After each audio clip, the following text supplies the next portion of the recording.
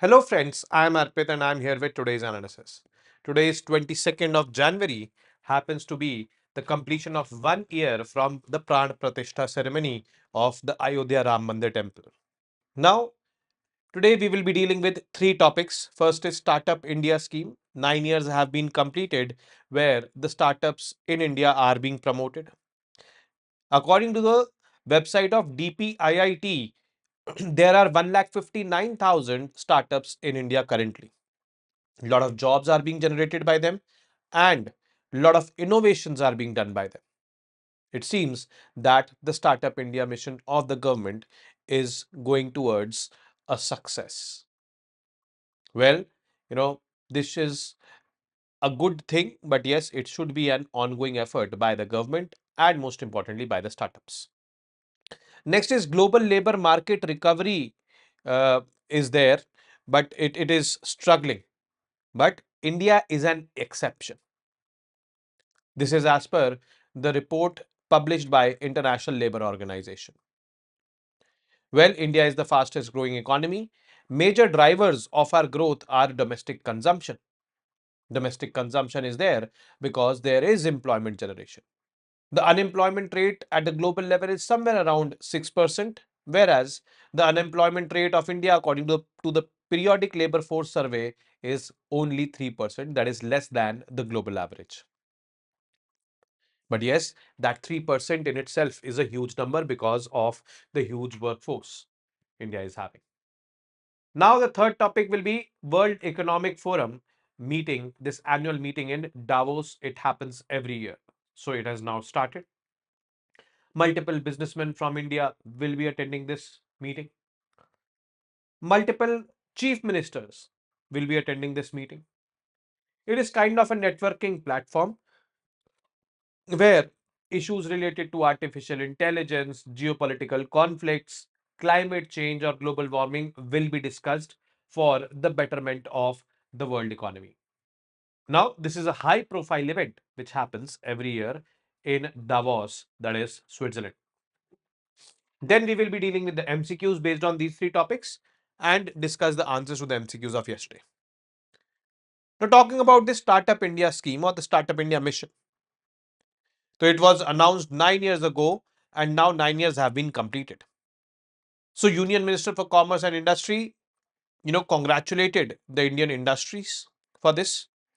And he also emphasized that how this particular mission has, played a fundamental role. There were less than 20,000 startups 10 years ago. Now, there are 1.59 lakh startups which have been recognized by the Department of Industries in India. They are generating 16.67 lakh jobs as of October 31, 2024. 73,151 startups with at least one woman director is there as of October 31, 2024. So, these things are promising. But yes, we should know what is a startup first of all. So, definition of a startup according to the Department of Industries. So, company age, that company should not be more than 10 years old. So, maximum age should be 10 years. It should not exceed 10 years. Company type, it should be incorporated as a private limited company, a registered partnership firm, or a limited liability partnership. Annual turnover should not exceed 100 CR, means 100 crore. It should be less than 100 crore. It should be an original entity, should not have been formed by splitting up or reconstructing an already existing business.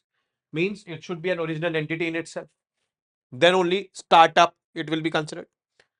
And innovative and scalable it should work towards development or improvement of a product, process or service on have a scalable business model which can cater to the large population of the country. So if any company is falling under these criterias, that can be categorized as startup. And in India, there are 1,59,000 startups which have been recognized by the DPIIT. But yes, there can be more which have not been recognized. Now, under the Startup India initiative or Startup India mission, there was a fund which was created, and that fund was or is called as the Fund of Funds for Startup. Now, Let's suppose this is a startup. SU is a startup. Now this FFU, fund of funds, created. This fund of funds will not directly fund the startup. It will fund a company, alternate investment fund company, which is regulated by SEBI. SEBI regulates such kind of companies. This fund will be given to this AIF by this FFU. That is why it is called as fund of funds. This is also a fund, alternative investment fund. Now, whatever amount is being given by FFU to AIF, AIF will be asked to invest or to give 4 times the fund to startups. So let's suppose FFU is giving 1 crore rupees to AIF for funding, for giving funding to the startups. So it becomes the responsibility of AIF to fund 4 crore rupees to the startups. The rest 3 crore it can, pick up from elsewhere as well. So this is basically there. The fund of funds for startup, it was established in 2016 with a total amount of 10,000 crore. This fund was created to support the growth of the Indian startup ecosystem. How it works? It does not directly invest in startups. This is not possible. This is not possible. Therefore, fund of funds is not going directly into startups. Instead, it provides money to SEBI registered AIFs, alternative investment funds, these AIFs. These AIFs invest in the startups. They are known as daughter funds, which then invest in Indian startups. The role of SIDBI, Small Industries Development Bank of India, manages the fund, selects suitable daughter funds, and oversees the distribution of capital. So SIDBI manages the fund of funds. Okay. Investment requirements: AIF supported by FFS must invest at least twice the amount committed by FFS in startup. Not 4 times, it is twice. That was a mistake. So this is how it is. And it is part of this particular scheme. Fund of fund scheme is part of the Startup India initiative, which is basically the funding is something which is very crucial for the startups. Now, key highlights: the growth of the startup ecosystem. Startup India mission began in 2016, and that is why 9 years completion it is there. As of January 2025, there are 1,59,157 startups, a massive rise from just 500 startups in 2016. So I was saying less than 20,000, there were only 500 startups. 76 IPOs, means initial public offers, took place in 2024. And these startups have not only created 17.2 lakh direct jobs, but they have also raised a significant amount of rupees 13 trillion in funding, helping boost the economy. Fund of funds for startups. This fund has helped startups access private investment and scale up their operations, especially in tier 2 and tier 3 cities. Now, by supporting smaller cities, the government ensures that startups from across the country can grow, creating more jobs and contributing to regional economic growth as well. Role of private investment has been immense. So, this fund of funds, private equity, venture capital funds, because see, without funding, you cannot operate. And this is something which every startup is looking for. So, there have been a major role of private investment which has been poured into the startups ecosystem of the country. Now, startups have also delivered on innovation and problem solving. So, Indian startups have, solved many, or I would say catered to many important challenges in areas like renewable energy, healthcare, digital transformation, and such like. The Bharat Startup Grand Challenge was launched to encourage startups to solve problems in sectors like renewable energy, blockchain, and agri-tech. Now, this challenge will provide funding, mentorship, and opportunities for startups to grow. Women in startups. So there's this sector called as STEM: science, technology, engineering, mathematics. So India is a leader in producing STEM graduates. Okay, with 43% of these graduates being women. This is substantial number. Government has launched the Women Entrepreneurship Platform to empower, to support the women-led startups. We covered this, I think, yesterday or day before yesterday, of Niti Aayog, the Empower initiative, where women entrepreneurs are being promoted to run those, I would say, grocery shops, like the new 24-hour shop and all. So we are encouraging women participation also over here. Now, future outlook. Now, as we see the growth In 2016, 500 startups. Now 1,59,000 startups. Future is also bright. India is one such country which is having the third highest number of startups in the world. Many of them are unicorns. Unicorns are those startups whose valuation is more than $1 billion. Okay. Now, Startup Mahakumbh in April 2025. India will host the second edition of the Startup Mahakumbh, an event where 2,500 startups will come together to showcase their innovations. Now, this event will encourage even more entrepreneurs to join India's growing ecosystem. There is this Prabhav Fact Book. Government launched the Prabhav Fact Book, which tracks the growth of India's startup ecosystem from 2016 to 2024. So, what has been the impact? Prabhav means impact of these startups. So, these kind of assessments are there. Government support continues to support the startups by providing policy frameworks, infrastructure, and access to capital. And as India moves into a new phase of growth, the role of startups will be critical in making India self-reliant and globally competitive. So yes, that is something which is there, and innovation should be looked towards. Participation of women should be looked towards. These are the two key factors which are going to make our startup ecosystem more resilient, more vibrant, and most importantly, more inclusive. Now coming on to the next segment, that is global labor market recovery is slow. India is an exception. This is as per a report published by the International Labour Organization, and the report's name is World Employment and Social Outlook. The trends for 2025 highlighted this particular, I would say, trend that global market recovery is slow because there are challenges in global labor market as economies struggle to recover from COVID-19 pandemic, plus the geopolitical conflicts are also happening. But yes, India's exceptional growth in labor and economic performances is an outstanding factor, is an exception in this particular report. Now the key highlights.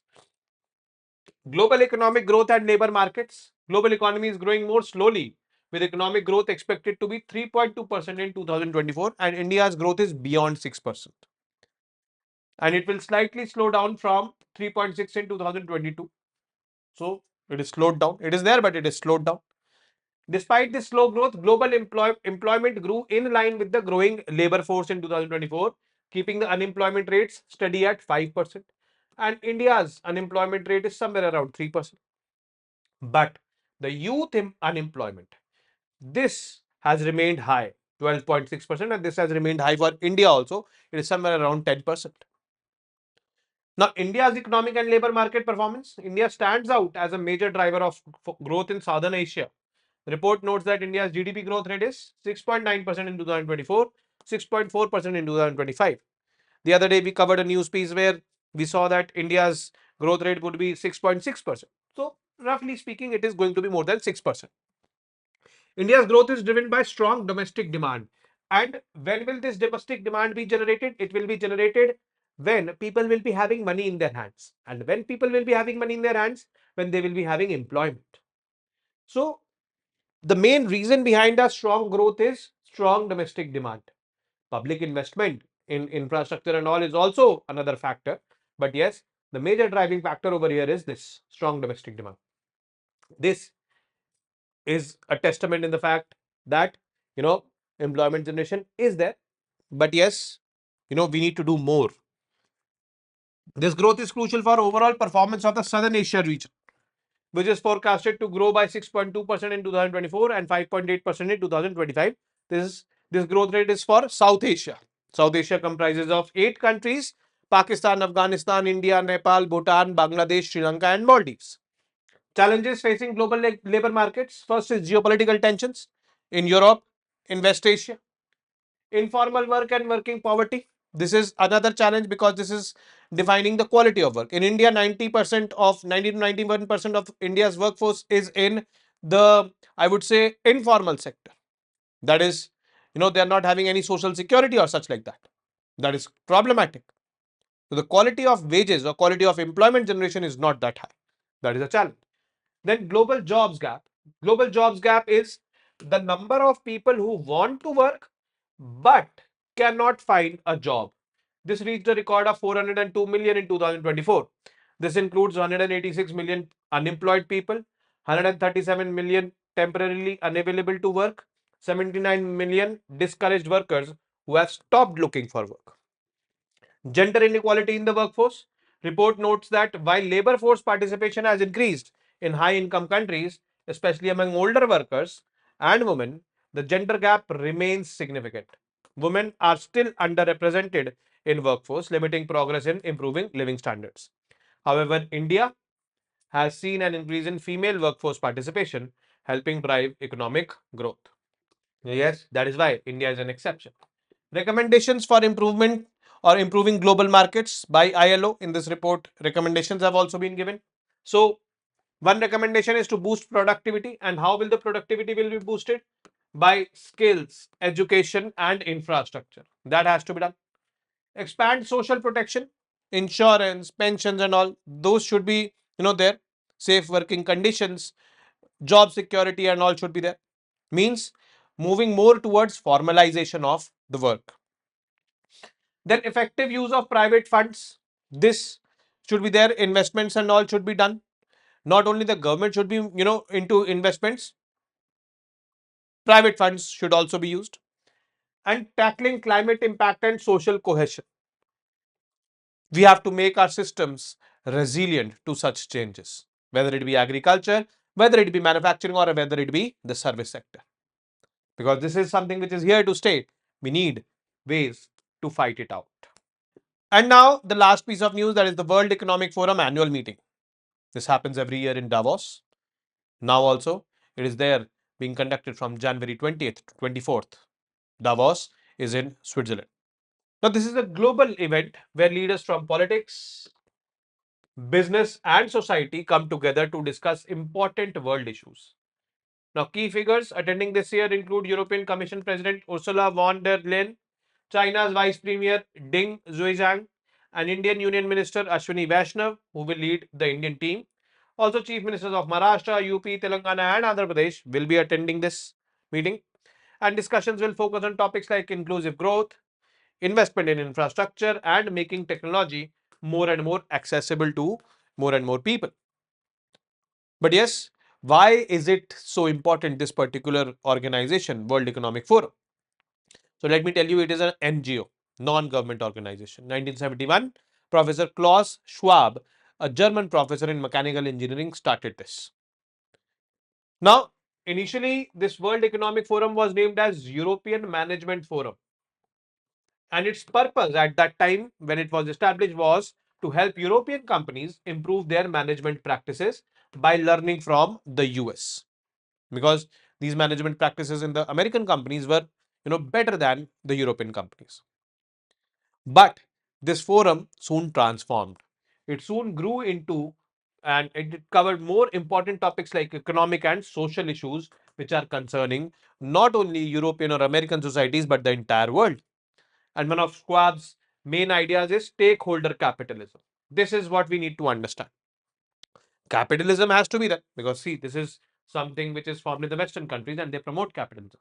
But yes, due to that capitalism, not only the shareholders of that entity should be benefiting, but all the stakeholders, whether it be the employees, whether it be the vendors, XYZ, any way anyone is connected with that entity should be getting the benefit if that entity grows. That is what is stakeholder capitalism, which means businesses should not only focus on making money for their shareholders, but also work for the benefit of all those involved with the company, employees, suppliers, local communities, etc., etc. So this is going to make capitalism more inclusive. This is not going to, concentrate the wealth in a few hands. This is what, stakeholder capitalism's concept is all about. And this was Schwab's major idea. Now, what happens at WEF? Now, this annual meeting, more than 3,000 people, they gather and they discuss global issues. 500 sessions are there. And these people include business leaders, politicians, investors, economists, and journalists. Forum is a chance for them to work together and come up with solutions for big challenges the world faces today. In the past, Davos has hosted important meetings such as 1992, Nelson Mandela met with South African leaders at the forum for the first time. In 1998, leaders discussed the creation of G20. In 1999, it was created. Recent topics at WEF include artificial intelligence, climate change, and slowdown of China's economy. So, some major notable events have happened in WEF. Now, since I said that it is an NGO, so who pays for it? So, it is mainly funded by big companies with annual turnovers of more than $5 billion. These companies support the forum's activities, and the meetings, this annual meeting is held in Davos because of its peaceful setting, which helps people focus on important discussions. It is also famous at the setting for the novel The Magic Mountain, where the main character goes to Davos for a short stay but ends up staying much longer over there. It is believed that the calm environment over there in Davos is ideal for big global conversations. Now, important moments in WEF history. Nelson Mandela meeting South African leaders, G20 getting formed, ये तो हमने देखा. But North and South Korea had their first meetings in Davos. In 1990, leaders from East and West Germany met in Davos to talk about the reunification, and that is how, the fall of Berlin Wall was decided, and it happened after that. So, some big decisions have been taken in this forum. That is why it is important. Main topics for discussions this year's meeting: economic recovery after the pandemic, technology advances like artificial intelligence, because this is, the talk of the town, everyone is discussing it.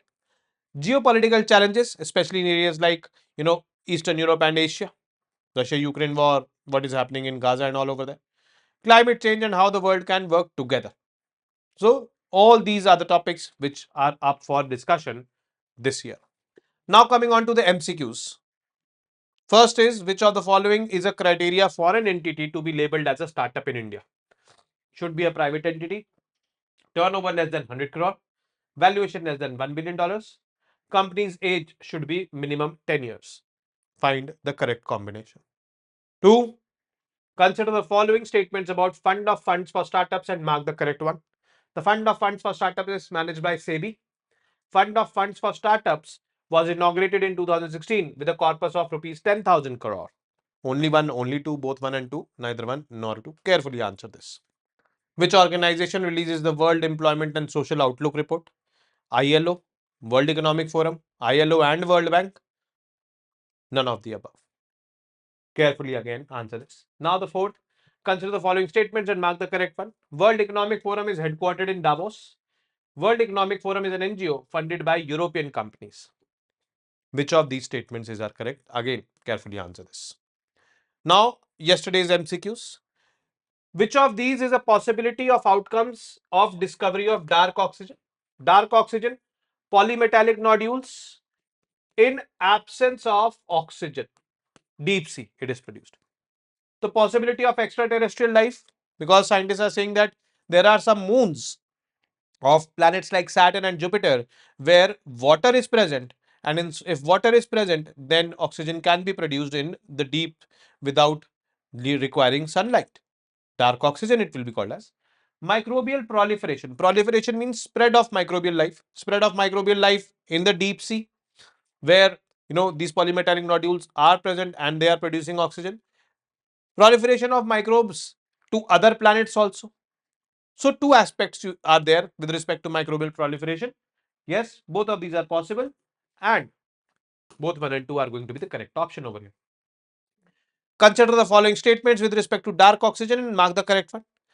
Dark oxygen is produced by some varieties of plants in absence of light. No, it is not produced by plants. It is produced by polymetallic nodules. They do electrolysis to produce it. Discovery of dark oxygen has posed questions about the generation of oxygen by plants in presence of sunlight. Yes, it has posed questions because till now we knew that oxygen can be produced by plants only in the presence of sunlight. So this statement is correct. First is wrong. So only two is going to be the correct one. Third, consider the following statements with respect to planet parade and mark the correct one. A planet parade occurs when several planets in our solar system are visible in the night sky at the same time. Yes. It is not an official term. So this is wrong. So only one is going to be the correct option over here. Fourth, consider the following statements and mark the correct one. Planet Parade is an annual phenomenon. No, it is not an annual phenomenon. Although last it happened in 2024, but it is not an annual phenomenon. Planet Parade is a one-day phenomenon. No, it lasts for multiple days. Like nowadays it is going on. In 2024 also it went on for a few days. So both of these statements are wrong and hence D is going to be the correct option over here. And last question, which of these countries' navy is not participating in the La Perouse naval exercise? So Australia is participating, UK is participating, USA is participating, Canada is participating, India is participating, Indonesia is participating, Malaysia is participating, Singapore is participating. Germany is not participating and hence C is going to be the correct option. So with this, we have come to an end of today's session. I will be meeting you tomorrow now with more such informative news pieces. Till then, you guys very well know what to do. Keep studying, keep reading, keep writing, and most importantly, keep revising. Namaste. Jai Hind.